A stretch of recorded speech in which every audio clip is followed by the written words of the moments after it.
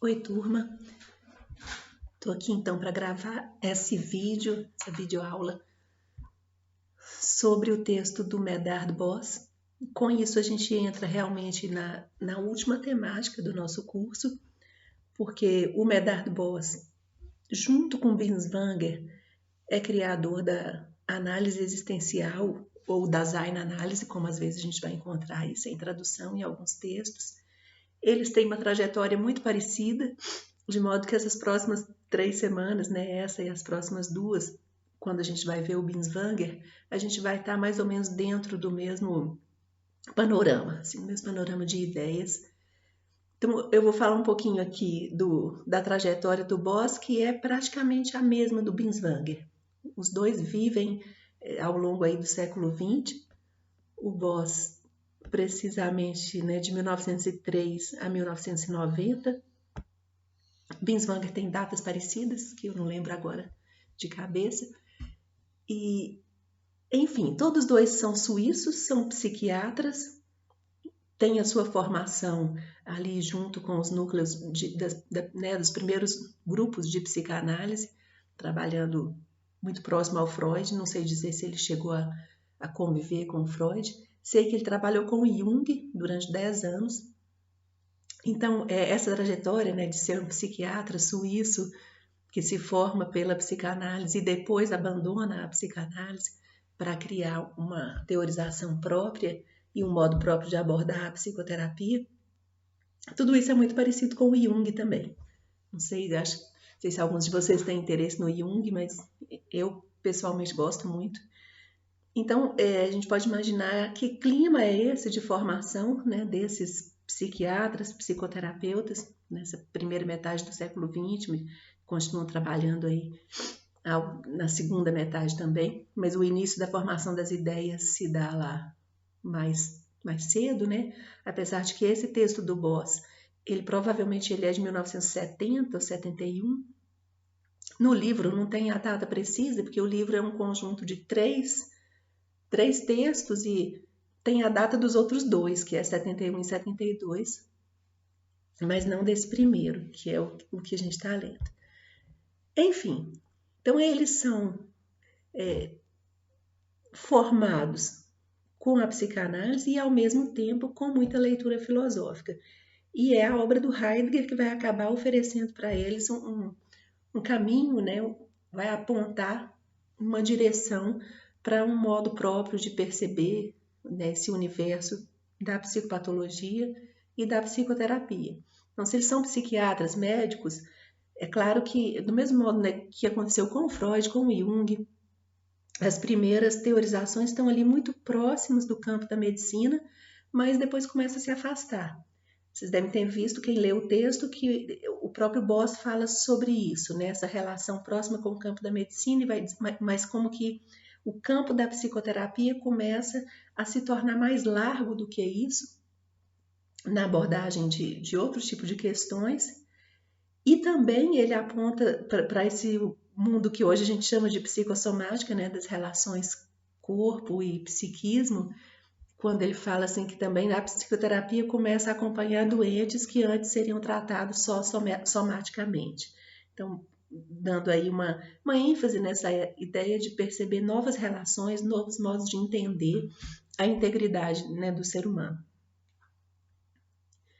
Bom, dita essa introdução, que é a mesma que vai servir na semana que vem para o Binswanger também, eles realmente vão, né, caminhar juntos aí nesse início de construção teórica da análise existencial, mas só que aqui a gente vai ter uma particularidade muito grande do Boss, que é essa ênfase nas ideias de culpa e angústia.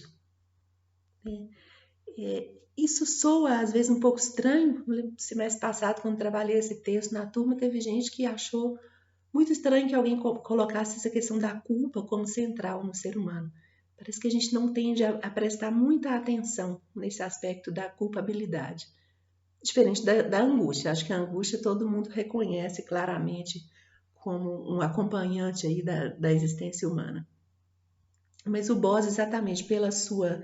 Acho que vocês vão perceber claramente como que vai aparecer no fundo de tudo que ele está falando, aquela compreensão do Heidegger sobre o Dasein, né? Essa proposta de compreender o ser humano como esse ser, esse ente que tem como tarefa o cuidado do ser,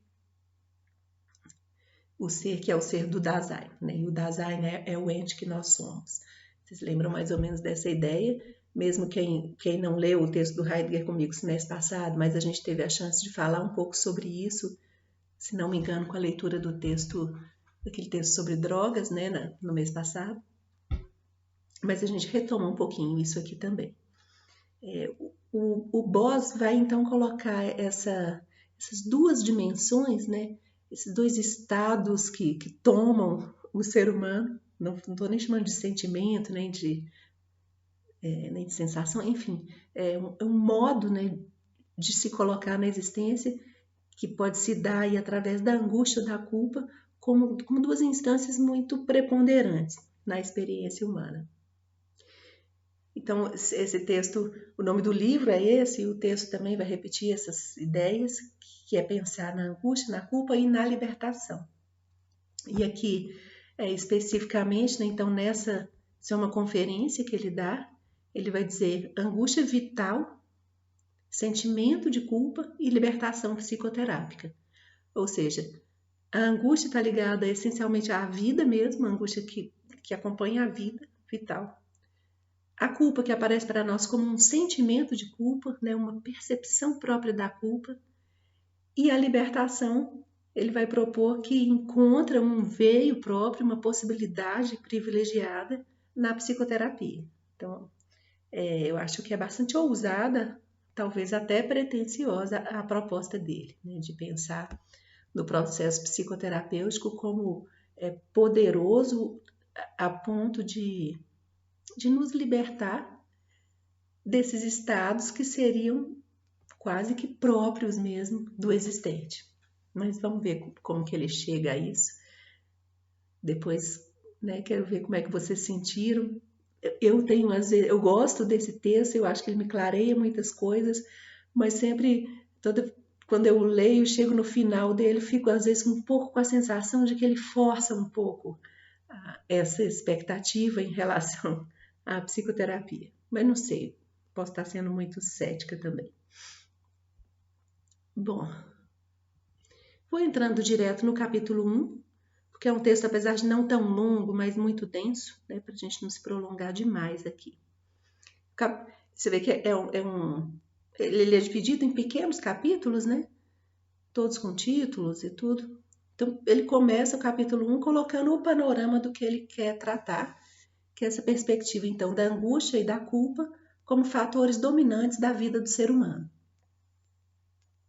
Essa palavra dominante já indica para nós o que ele está querendo dizer, né? Então, ele está chamando também de fatores, ou a tradução escolheu essa palavra fatores. A gente pode pensar em estados que dominam a nossa perspectiva, o nosso modo de se colocar no mundo, né? E aí ele começa falando, eu estou chamando aqui de hipótese evolutiva, né, que é pensar que a criança, não é nem a criança, ele está falando evolutivo no sentido mesmo, os primeiros seres humanos, né, e pensando nessa contiguidade com o modo de vida de animais também, eles manifestariam de alguma maneira já angústia e culpa. A angústia se manifestando como medo, né, fuga, um movimento de sobrevivência, ou seja, é o medo que faz fugir do perigo, na angústia frente, né, à possibilidade da autodestruição, ou da destruição pelo outro, que leva sempre, frente ao medo, a gente luta para se manter vivo. E ele veria na possibilidade de conter a própria agressividade já alguma manifestação do que vem a ser para nós o sentimento de culpa, né? Então, um freio à agressividade, à potência destrutiva que nós temos em relação ao outro, de alguma maneira já seria um sinal aí da culpa. Mas ele trata isso realmente como uma hipótese e logo no parágrafo seguinte vai dizer, não, mas independente disso, mesmo que não se provem essas ideias, a gente... Uma coisa é certa, aí ele parte de um ponto seguro da sua própria observação, do seu próprio trabalho, que é a presença real, grande, concreta, desses estados de angústia e culpa nas pessoas psiquicamente adoecidas. Ele é um psiquiatra, trata, né, lida com situações de adoecimento grave constantemente. E vai dizer que ali, naquelas pessoas, esses estados são presença constante. E logo depois faz uma advertência mesmo, acho que uma coisa, né, que a gente aqui no mundo da psicologia está acostumado a pensar, mas às vezes esquece um pouco, é que o doente não é uma pessoa, ele não diz de um estado totalmente extra, totalmente diferente do que nós somos. Então ele chega a dizer assim, o doente vem dizer da doença que é a nossa.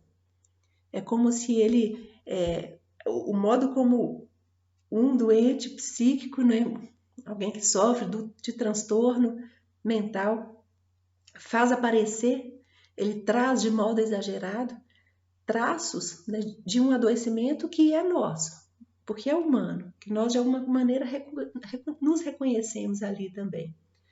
Ele vai dizer, é como se então esse doente que coloca essa lente de aumento, né, nesse tipo de sofrimento, de adoecimento, ele propicia a nós outros que não adoecemos dessa maneira, ou não ainda, né? Ele nos dá a chance de nos conhecer, de conhecer todo esse universo aí de possibilidades do ser humano. O que um esquizofrênico nos diz não é algo absolutamente separado de nós, só dele. Está dizendo aí de como é que o ser humano pode também viver.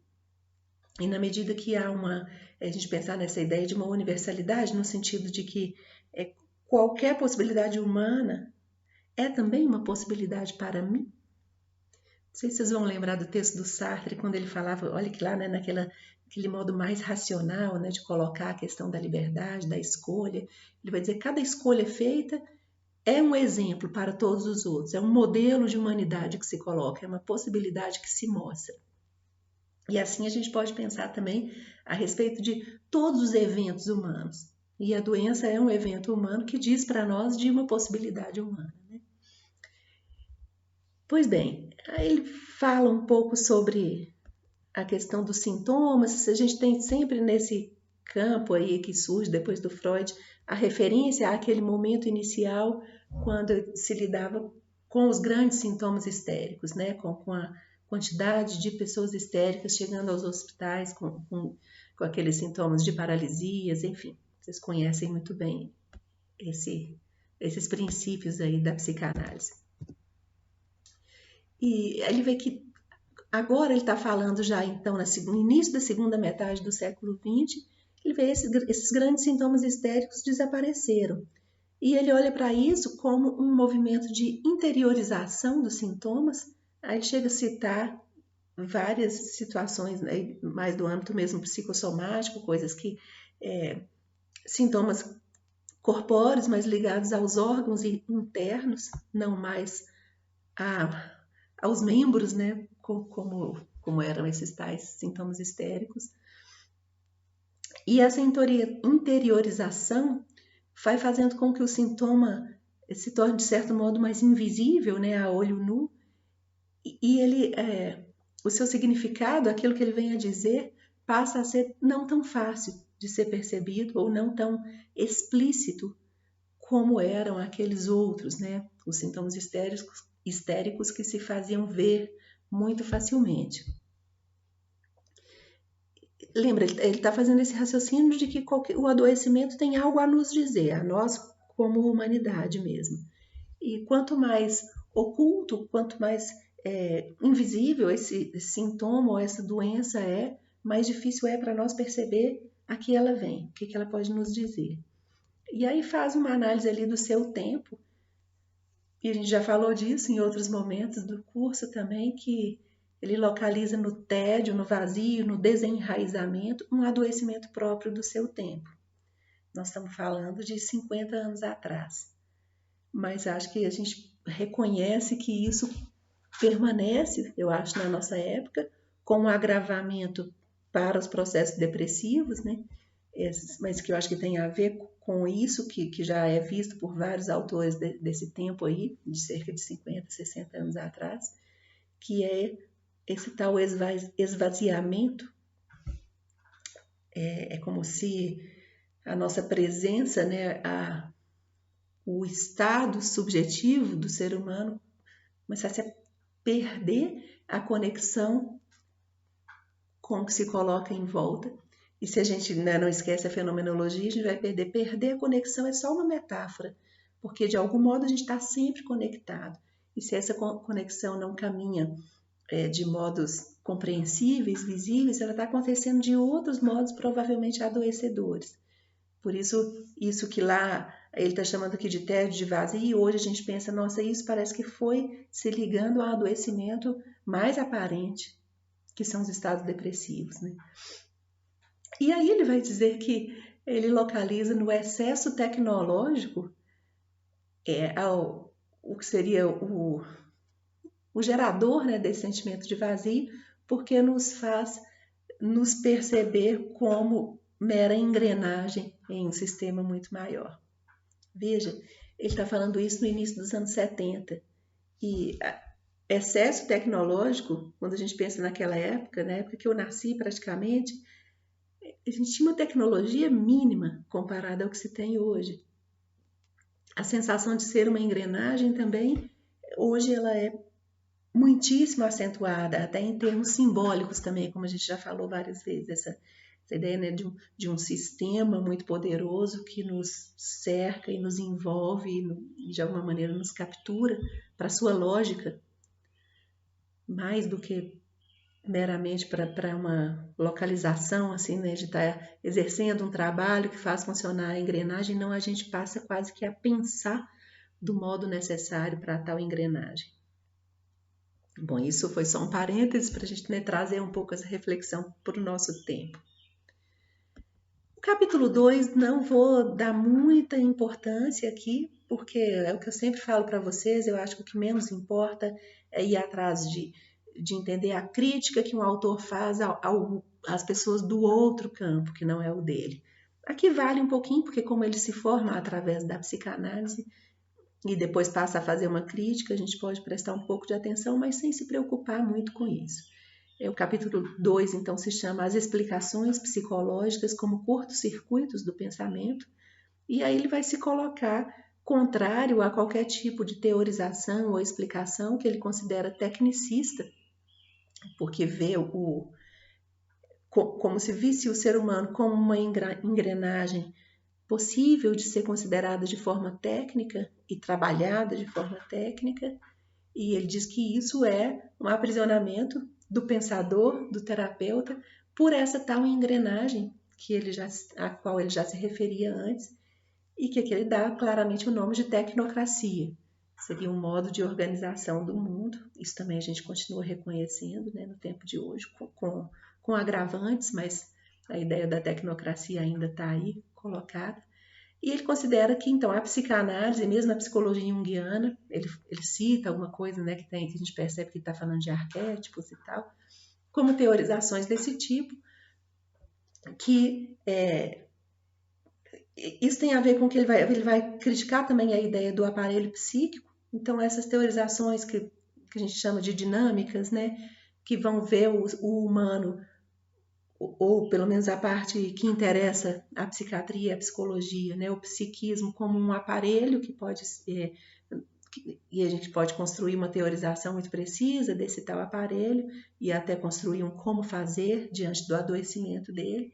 Ele vai dizer, não, o ser humano não é isso, e também não se posiciona contra a busca das causas ou explicações para os sintomas, e também considera que essas abordagens dinâmicas se colocam sempre em busca da causa e da explicação. Ele vai dizer, isso não interessa, não é isso que vai fazer a gente compreender melhor o ser humano. Bom, então, como eu disse, passo rápido por isso. E no capítulo 3, então, é quando ele vai começar a expor as suas ideias mesmo. Então, o capítulo se chama Tentativa de uma Nova Reflexão. Então, ele está... a gente vê, claro, esse movimento, né, de fazer uma crítica a um certo corpo teórico do qual ele já fez parte e agora ele começa a propor um novo modo de compreender o humano. E aí ele fala claramente sobre o fenômeno. Vocês vão ver, eu acho interessante aqui que ele não cita nem Husserl, nem a fenomenologia, nem o Heidegger. A gente vê claramente o Heidegger aqui sustentando tudo que ele está falando, mas ele não faz nenhuma citação direta. Em alguns momentos ele cita o Freud, tem notas de rodapé nesse texto, citando Freud mais para frente, mas não se preocupa aqui na citação das filosofias que estão claramente aí no sustento das suas ideias. Então, essa tentativa de fazer uma nova reflexão vai partir dessa intenção de recuperar o fenômeno, como um exercício mesmo de fenomenologia. E ele pensa que o fenômeno, isso que se manifesta a mim agora, né, imediatamente, isso que a gente já estudou na fenomenologia, ele considera que isso fica perdido pelas teorias psicológicas tecnicistas, das quais ele falou antes. E é isso, então, é esse movimento de retomada do fenômeno que ele quer fazer. Que é, então, olhar, e o fenômeno que ele quer entender agora são precisamente a angústia e a culpa humanas, né? O modo como a angústia e a culpabilidade aparecem no ser humano. Então, ele se coloca nessa tentativa de olhar para esses dois fenômenos da forma mais imediata possível. Ele está tentando fazer, então, um exercício de redução, né, de retirada de qualquer ideia anterior, para tentar perceber como aquilo se manifesta e o que ele consegue perceber. A gente vai ver que esse movimento tem consigo uma teorização também, que é a do Heidegger. Ele chega a usar a palavra Dasein, mas sem assumir claramente que está fazendo esse uso dessa filosofia, né? Bom, ele vai dizer, a princípio, que toda angústia diz do temor, né? Do temor de algo ou do temor por algo.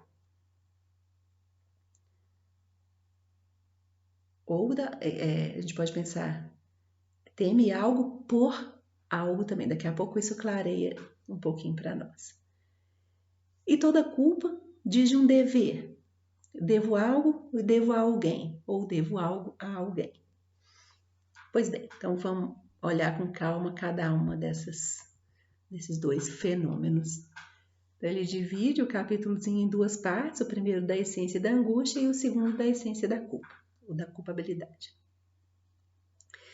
E aí ele vai deixar muito claro que ele compreende assim, o que se teme, né, a cada angústia sentida, né, por cada pessoa, o que sempre se teme é a possibilidade do não ser, de repente não ser mais. E ele fala assim, o que se teme é o desaparecimento do Dasein. E aqui ele usa a palavra mesmo, então desse ser aí, desse ser existente, que somos nós mesmos, né? Assim que o Heidegger nos diz lá. Ou seja, o que se teme a cada vez é o medo da morte. A gente pode pensar nas pequenas destruições também, que não são exatamente ainda a morte, né? A cada vez o medo é de ser lesado, ser machucado, ser morto, ser colocado aí no movimento da destruição. E o pelo que se teme é, então, exatamente a existência do próprio Dasein. Teme-se o desaparecimento do Dasein, pelo Dasein, por ele. Veja que aqui ele está usando mesmo aquela colocação do modo como Heidegger aponta para nós. O Dasein somos nós, e há em nós o ser do Dasein, e é desse ser precisamos cuidar, né? É esse ser que se teme desaparecer.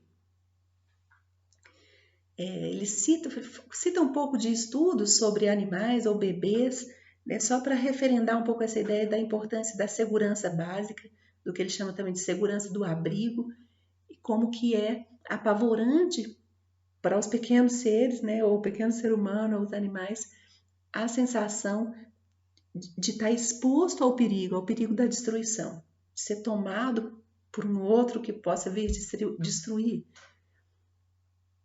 E com isso se expõe claramente à fragilidade da nossa condição. É a fragilidade, é esse ser tão possível de ser destruído, sempre a cada momento, que estaria na base de todo medo. Aqui eu estou acompanhando aqui pelas notas que eu coloco lá para vocês também. Não sei se depois eu vou refazer o modo como eu escrevi aqui, que acho que não está tão claro.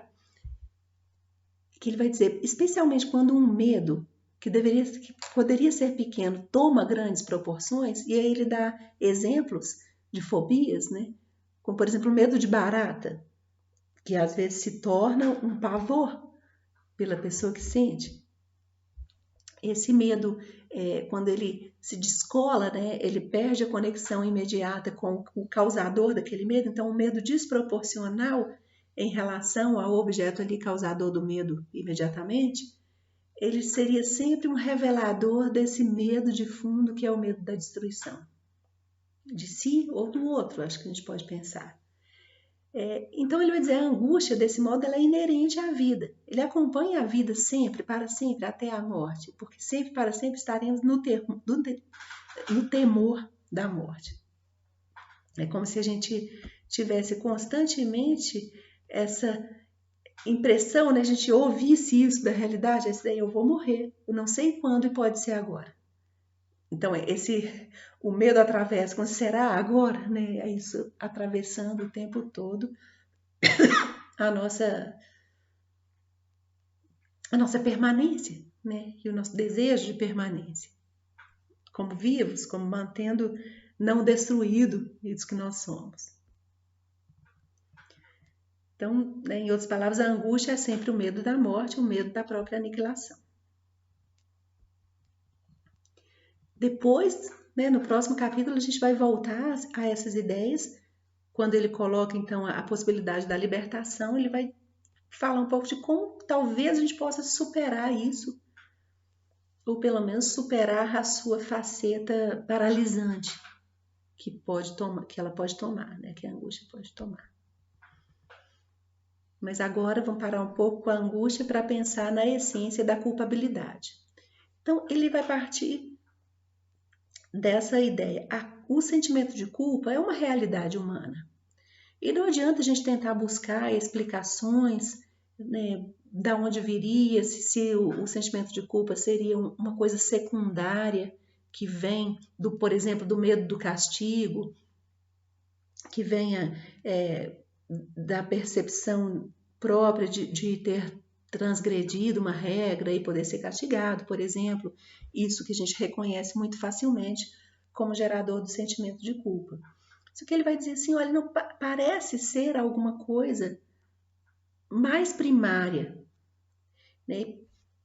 Ele está dizendo isso por uma observação de ver uma presença assim muito constante da culpabilidade nos relatos, né, das pessoas que chegam à terapia e tal. E ele vai afirmar assim, a culpa não se deriva de outra coisa. Ela não é uma angústia que se transformou em culpa. Como é que se daria essa transformação? Ele chega a dizer que essa ideia quase que está propondo um movimento mágico em que a angústia de repente se transforma em culpa. E vai dizer, não, a culpa ela acontece de fato no ser humano e ela deve ter um sentido próprio. Ela deve ser entendida em si mesma. Ela é também um fenômeno primário na nossa existência, na existência humana. E ele vai dizer assim, ele vai afirmar, então, essa coisa, uma existência primária do que ele chama de poder se sentir culpado do ser humano.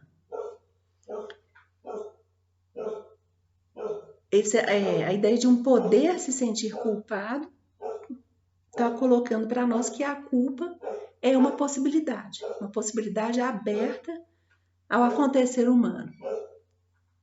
E aí ele vai dizer, na psicoterapia a gente pode até ver acontecer uma alteração dos conteúdos da culpa, da localização dela por parte da pessoa, mas não seu desaparecimento. O desaparecimento continua, a permanência da culpa continua. Portanto, ele não pretende explicar, ele está só tentando perceber, compreender do que é que a culpa fala. E ele vai dizer o seguinte, que a culpa nasce da falta. E ele faz um movimento com essa palavra falta, né, daquilo que falta, mas também da falta como erro, como não fazer o esperado. Ele faz um movimento na linguagem, aí que ele vai dizer algo nos falta e nós faltamos em relação a algo ou a alguém. Né? De modo que a gente pensa, nós estamos sempre ainda por fazer algo do que devemos fazer. E aí ele se pergunta, será que não há como escapar da angústia e da culpa? E aí, com isso, ele abre o caminho para o capítulo 4, que é exatamente o caminho, então, o caminho para a libertação. A libertação seria exatamente, então, uma superação, né? Um movimento aí que, de algum modo, transforma esses estados de angústia e culpa que podem ser paralisantes para a experiência humana. E aí, ele faz a seguinte afirmação, existem pessoas que vivem sem angústia. Isso é um fato também, isso também é um fenômeno a ser compreendido.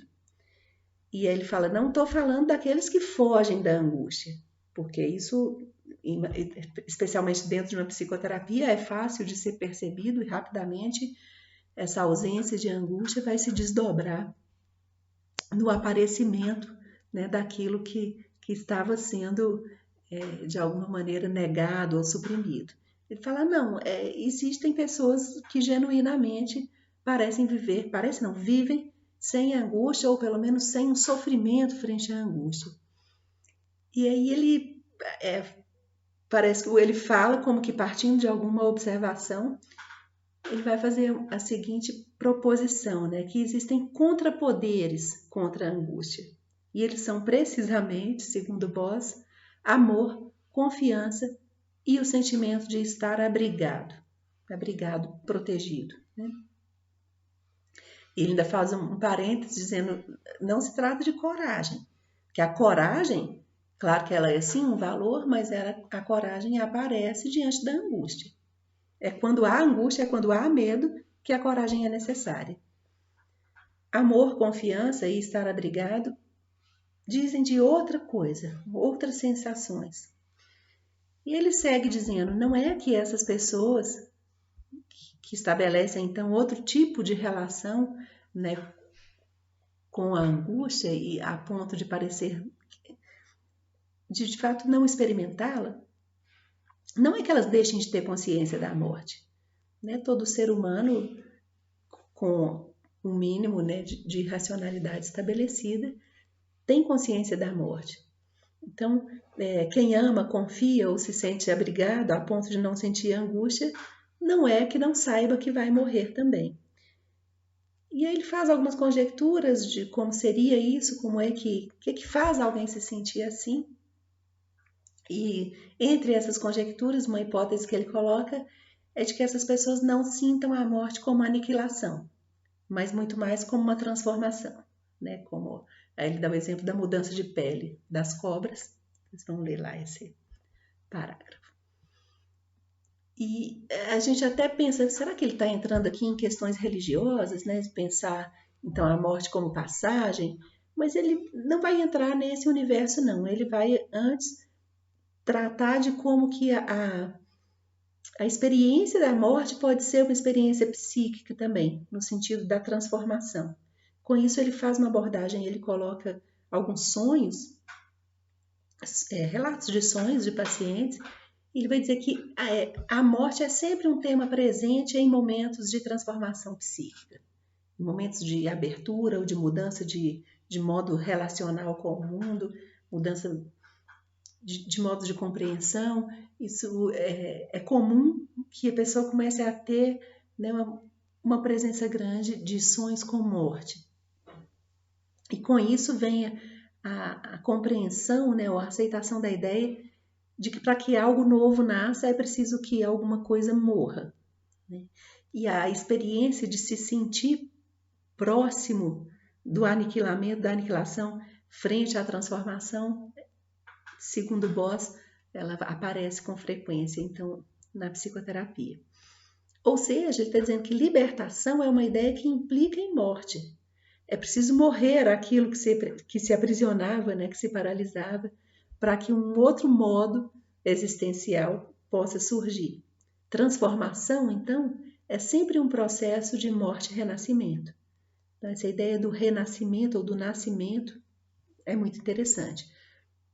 A gente viu isso no texto do Rolomei semana passada, né, quando ele fala desses momentos de abertura da liberdade como nascimentos. E aqui o Boss está acrescentando a ideia de que todo nascimento implica em alguma morte. Pois bem, aí ele segue um pouquinho falando da etimologia da palavra angústia, chegando ao significado, né, de que a angústia quase sempre remete à estreiteza, estrangulamento, aperto, é o Dasein estrangulado. Ou seja, o que pode fazer uma liberação, uma sensação de melhora, né, desse sofrimento pela angústia, é exatamente a experiência da abertura. Ele vai dizer, o caminho humano para a abertura é o amor. O amor é o caminho, então, de enfrentamento da angústia. Porque é só a abertura interna, a abertura da experiência, a abertura do nosso modo de estar no mundo, com o mundo, diante do outro, é que pode levar aí a uma transformação desse estado de estrangulamento. E aí ele vai dizer, o amor, se ele se abre e se ele não para nesse movimento de abertura, o que acontece é que o amor se estende a tudo o que é, a tudo o que existe, inclusive à morte. Tá certo? E com a morte, inclusive o que ela encarna, que é a possibilidade do nada, né? De que ao morrer nada reste, nada esteja lá. Então a gente está vendo aqui o Boss apontar para um caminho que diz respeito à extensão ou à abertura do amor na experiência vivida, a tal ponto que se ame até a possibilidade da aniquilação. Por isso ele vai dizer, quem ama demais, quem se coloca na existência e na vida, nesse movimento amoroso, pode chegar a não sofrer diante da certeza da morte, porque o amor se estende até a isso. Bom, sem comentários aqui, deixo para cada um de vocês pensar de que maneira essa ideia bate, se isso é romantização da vida ou não, se isso pode ser uma realidade mesmo para nós. E vamos para a segunda parte, que é a superação da carga de culpa. Então, se ele disse para nós antes que a culpa provém de um sentimento de dever, né, de dever algo a alguém, a algo, um não ter feito ainda o que era para ser feito, é como se então a ideia do dever diz de um credor, né? Aí ele vai fazer essa pergunta, quem é o credor da nossa culpa? Para tentar compreender melhor, ele pensa, se a gente está se referindo a um ainda por fazer, o oposto da culpa, né, o seu polo diametralmente oposto, seria uma vida plenamente realizada, quando nada faltaria a ser feito, nada faltaria a ser adquirido, né? Então, uma vida, uma plenitude de realização humana seria o oposto do sentimento de culpa. E ele diz, para entender isso, a gente precisa entender melhor o que é o ser humano, como eu sou, que ser é esse que eu sou. E aí ele vai fazer uma afirmação aqui claramente fenomenológica, né? E também heideggeriana, eu sou esse ser que existe sempre já aberto, já colocado na abertura ao mundo, que de algum modo se transcende, né? Se coloca num além de si mesmo, porque sempre aberto, sempre colado, né, a isso que nos aparece, que é o fenômeno do mundo, e entre os fenômenos eu mesma, né? Então eu sou o ser capaz de reconhecer esse ato do encontro entre mim e o mundo, ou seja, a consciência. Eu sou o ser que dá espaço à consciência. Vamos lembrar bem daquelas ideias da fenomenologia, né? Consciência é essa instância que nos habita e que conhece o mundo. Veja bem, não tem aqui uma identificação entre a totalidade do ser humano e a consciência. Eu não sou só consciência, mas o meu ser, a minha existência, dá espaço à consciência. Então, essa o que eles chamam de relação compreensiva, né, entre a consciência que conhece e o fenômeno que se mostra conhecer. Nós somos o ser que dá espaço a essa relação. Nós somos o ser onde acontece esse encontro entre uma consciência que conhece e o fenômeno que se mostra conhecer. Ou seja, o Dasein, esse ser que nós somos, é a clareira. Essa ideia de clareira está lá no Heidegger explicitamente. Eu sou a clareira, eu sou o espaço de aparição do fenômeno à consciência.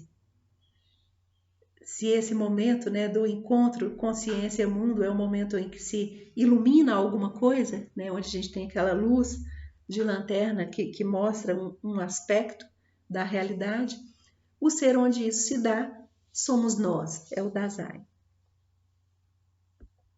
E aqui ele vai fazer uma afirmação intrigante, no mínimo. Ele vai dizer que o fenômeno, então, o fenômeno que aparece é uma consciência, ele precisa desse espaço, onde se dá a presença também da consciência que conhece. Ou seja, ele está dizendo que o mundo precisa da clareira, e a clareira somos nós.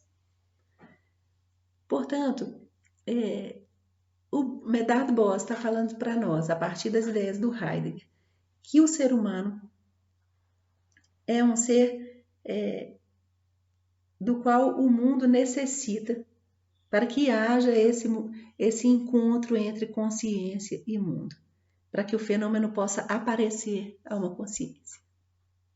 Gente, vocês vejam isso aqui como uma especulação filosófica grande. Não conheço tanto o Heidegger, eu não tenho certeza para dizer a você se essa consequência que o Boss está tirando aqui está claramente lá no Heidegger. Posso até tentar buscar, ter certeza disso, mas acho que não consigo essa semana. Mas ele está afirmando essa ideia de que, então, nós somos necessários ao aparecer do mundo. Veja, eu estou dizendo que isso é uma especulação, porque... E uma especulação que nem nos interessa aqui no âmbito da psicologia. Mas, se a gente se restringe à implicação que isso tem para nós mesmos, aí sim essa ideia fica muito instigante, que é pensar, se eu própria sou também um fenômeno, e o Dasein, que habita, né, nesse ser que eu sou, ele é o fenômeno que pede o aparecimento, que precisa de mim como clareira para aparecer, aí a gente começa a entender qual que é a riqueza dessa ideia para o universo mesmo da psicologia, que é o entendimento de que eu sou chamada a cumprir essa tarefa de fazer aparecer o ser que eu sou. E aí a gente entende a culpabilidade como inerente também à existência, porque a culpa provém da sensação de não estar realizando essa tarefa, ou, pelo menos, de não a tê-la realizado ainda por completo. Com isso, né, ele vai chamar isso de a culpabilidade existencial do ser humano. Então, a missão humana seria o cuidado, né, ser um cuidador e um pastor do mundo e de nós mesmos e do outro. E a falha nisso seria o fundamento da culpa. Isso tem duas dimensões. Uma primária, assim, quando a gente já falou tantas vezes, né, de pensar assim, quando não a pessoa que não está realizando na vida aquilo que ela é, e ela tem então essa tarefa de tornar-se o que é, torna-te o que tu és, né? Essa percepção, essa culpa mais intensa que pode aparecer aí, que provém disso, do saber-se no movimento do falseamento do que se é. Então seria assim, a culpa direta da percepção de não estar realizando essa tarefa.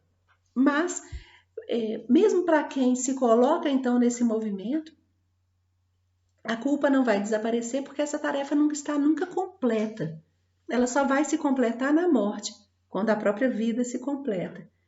Daí a ideia da culpabilidade ser também um estado inerente à vida e que só finda com o fim da vida mesmo. E aí ele vai acrescentar uma ideia que o Dasein é o ser livre. O Dasein é o ser, a gente lembra lá no modo como Heidegger fala, é um ser que se apropria ou não se apropria de si mesmo. Isso que vai ser falado, né, na psicologia como das ideias da autenticidade ou não autenticidade.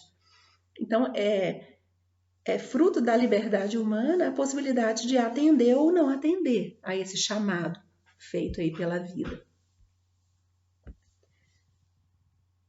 Quando atende, né, quando a pessoa atende esse chamado e se deixa usar, né, se deixa usar como meio de realização de si e do mundo, quando eu me ponho então na tarefa de me realizar, de deixar aparecer para o mundo o ser que eu sou e deixar com que os outros seres apareçam, né? E a gente pode pensar na outra pessoa humana, isso se torna mais rico aqui para nós. Essa pessoa se descobre, então, no pleno cumprimento dessa sua missão, que é o cuidado do Dasein. Então, a culpa ela não vai desaparecer, pois essa missão nunca está acabada, enquanto eu não morrer. Mas ela vai deixar de pesar, né? Assim, o seu aspecto de dor e sofrimento fica... ele está dizendo para nós que seria a possibilidade de superar, né, o aspecto de sofrimento da culpa. Bom, na sexta a gente conversa também sobre isso. E por fim, no capítulo 5, que se chama A Nova Reflexão como Fundamento das Possibilidades de Libertação Psicoterápica, ele vai falar diretamente da psicoterapia. Então, a ideia aí de que no processo de psicoterapia, o psicoterapeuta tem a tarefa, então, de colocar a funcionar isso, que é propiciar ao paciente que ele possa se colocar nesse movimento de abertura necessária para a superação da angústia e da culpa. Então, a abertura é uma palavra sempre muito presente aqui nessas ideias, e a gente vai ver um pouquinho, ele vai fazer um pequeno movimento aqui para nos mostrar como que isso pode se dar, e aqui a gente vai ver que isso acaba não sendo diferente do que a gente já estudou tanto lá com Rogers e os autores mais próximos do humanismo. Bom, ele começa falando de um modo mais geral sobre a psicoterapia, faz ali uma digressão sobre as questões filosóficas ou religiosas que possam surgir, que possam ser trazidas, né, pelo paciente. Ele vai dizer, a terapia não pode se fechar a essas questões. Se elas são trazidas, devem ser encaradas como todas as outras coisas que o paciente traz. Mas, logicamente, o terapeuta deve se abster de colocar as suas próprias ideias, ou pelo menos não colocá-las de modo como verdade, né? Então, assim, ele deve se abster de máximas e dogmas. E aí ele diz para nós o que seria a mais alta meta da psicoterapia. Aqui eu vou ler um trechinho da página 43. A mais alta meta, então, da terapia seria a abertura dos nossos pacientes para a capacidade de amar e confiar, a qual permite superar toda a opressão da angústia e da culpa como sendo meros mal-entendidos. Uma tal confiança pode bem ser considerada como o amor humano mais amadurecido. E a gente vai ver um pouquinho como que ele pensa que o terapeuta pode fazer com que aconteça essa abertura, então. Então, acho que está dito, né? O que se pretende é que cada um de nós seja cada vez mais capaz de amar e confiar. E isso diz respeito a nós mesmos, né? Então, um amor e confiança em relação a nós, em relação ao outro, em relação ao mundo. É isso que vai fazer com que esses sentimentos torturantes da angústia e da culpa possam ser amenizados, ou ele vai dizer que superados. Veja que é interessante entender, ele está falando de superar a opressão da angústia e da culpa. Não é que a angústia e a culpa desapareçam, mas elas deixam de ser opressivas. Ele faz aí também um outro movimento de dizer sobre as necessidades variadas que cada um de nós tem de amor e proteção desde a infância.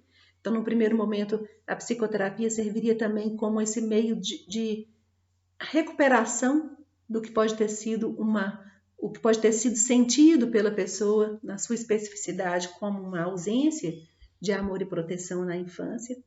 Então, o contexto da terapia deve ser também necessariamente, ao menos no início, acolhedor, né? Propiciador de confiança e segurança. E aqui a gente reconhece, né, muito que a gente já leu aí no início desse semestre. E aí ele propõe que há na psicoterapia uma espécie de amor específico desse ambiente, dessa situação ou dessa relação específica que ali se cria, que ele vai chamar de eros psicoterápico. E ele descreve mais um pouquinho o que seria esse amor psicoterápico. Aqui eu leio uma frase também dele: dedicação co-humana do psicoterapeuta para com seus analisandos. Ele dizendo assim, existe um movimento ali de amor e de confiança do próprio terapeuta. Então, a ideia de receber aquela pessoa, e ele usa essa expressão co-humanamente, né? Sendo dedicação co-humana. Então, é se colocar ali como alguém que partilha da humanidade com aquele outro. E isso diz, então, de uma primeira aproximação que deve tentar ser estabelecida pelo reconhecimento, no sentido assim, de que esse que chega para mim é um ser humano como eu. É um ser humano como eu sou um ser humano. E não, porque a gente pode, no primeiro momento, não deve ser pensado, eu sou o terapeuta e ele é o que chega com seus problemas. Não, no primeiro momento, eu sou uma pessoa humana recebendo outra pessoa humana e nós vamos tratar de questões humanas que dizem respeito a nós dois, afinal de contas. Ele fala também que o terapeuta não deve ter um interesse pessoal, que seja de reconhecimento ou de autocrescimento, que isso seria um desvirtuador, assim, né? um digressor daquilo que se espera. Então, esse é um ambiente criado todo para o paciente o interesse que guia ali é a abertura desse outro que chega. Enfim, fala sobre respeito, disciplina, coisas mais genéricas. E eu acho que a gente deve aqui ficar ligado realmente nessa ideia dele não se furtar a falar de um amor, e é um amor que vai partir do terapeuta. Né? Isso que ele está chamando de dedicação co-humana, dizendo assim, é preciso que se receba essa outra pessoa nessa atmosfera, nesse ambiente e nesse posicionamento de amor e confiança. E acho que aqui a gente reconhece claramente as ideias do Rogers também. E o que vai acontecer ali, né, ao se proporcionar um ambiente, então, marcado por um eros, por um amor, é a possibilidade de que esse outro possa deixar acontecer em si o movimento da abertura do amor. É isso que se pretende, segundo Boss. E aqui ele volta um pouco na consideração da culpa, dizendo assim, essa culpa que ele descreveu é o que a gente poderia chamar de culpa autêntica, a culpa existencial, a culpa da qual a gente não vai escapar, né, enquanto tiver vida, e que é diferente do que ele chama de culpa neurótica, que é aquela localizada, né, em face, aquela que a gente claramente tende a pensar que não devo me sentir culpada, né? A culpa é algo a ser ultrapassado, compreendido, amadurecido. Sim, ele não vai deixar de concordar com isso. Só que ele vai dizer, você pode até resolver e compreender melhor o sentimento de culpa que você tem em relação à sua mãe, por exemplo, mas e isso vai mudar de lugar. Mas a presença da culpa não desaparece completamente, porque nós nos sentimos culpados em relação a essa tarefa mesmo de nos realizar. Só o que pode amenizar isso é, de fato, tomar para si a tarefa, que é a tarefa de abertura a si mesmo, que é, ao mesmo tempo, a abertura ao mundo, ao que me aparece. E isso, na psicoterapia, se apresenta, né, o que vai acontecer ali é a possibilidade de libertação da culpa neurótica e, então, do encontro, do enfrentamento com essa culpa, né, com isso que seria um verdadeiro se sentir culpado, diante da missão de ser o guardião, né? O guardião do ser de si mesmo e do ser do mundo. E aqui leio mais uma frase também, que é de tornar-se esse âmbito de abertura ao mundo. Ou melhor, um âmbito de abertura do mundo, dentro do qual tudo que encontra pode chegar a aparecer. Então, se a gente se põe nessa tarefa de ser o responsável pelo deixar acontecer, deixar aparecer o que se nos apresenta, o que se nos manifesta, e isso tanto internamente quanto externamente, aí a gente estaria entrando de fato no que é a tarefa de realização humana nessa perspectiva aí do Medard Boss, da análise existencial. E com isso se tornariam, esses impulsos da angústia e da culpa teriam se tornado movimentos, né, de realização. Aqui faço um parêntese no final para a gente pensar um pouquinho nisso que a gente já falou tantas vezes, que é o ser o que se é. E aqui como que essa ideia de ser o que se é se aproxima, parece ser dito de outra forma, que é esse modo colocado pelo Boss da nossa tarefa de ser o guardião do ser. Né? Então, deixar com que o ser seja. E o ser que me habita é o ser que eu sou. Era isso, gente, esse passeio aí por esse texto do Boss. Não sei se algumas ideias, né, terão soado estranhas para vocês, ou um pouco difíceis, né, de entender, assim, e a gente tem a sexta-feira, então, para conversar sobre isso e se preparando também para o encontro aí com o Binswanger na semana que vem. E queria fazer uma observação final, que eu não sei se vocês notaram, que me chama muita atenção, que o Medard Boas use o tempo todo a expressão ser humano. Ele nunca vai se referir a esse universal humano como homem. E na época em que ele escreve era muito comum. Praticamente todos os autores usavam a palavra homem para dizer do ser humano. Isso para nós hoje aqui no século XXI já muito sensibilizado, né, por novas perspectivas do feminismo, eu fico muito feliz e confortável de ler um texto em que não fala do ser humano como homem. Então é isso, pessoal. Até sexta-feira.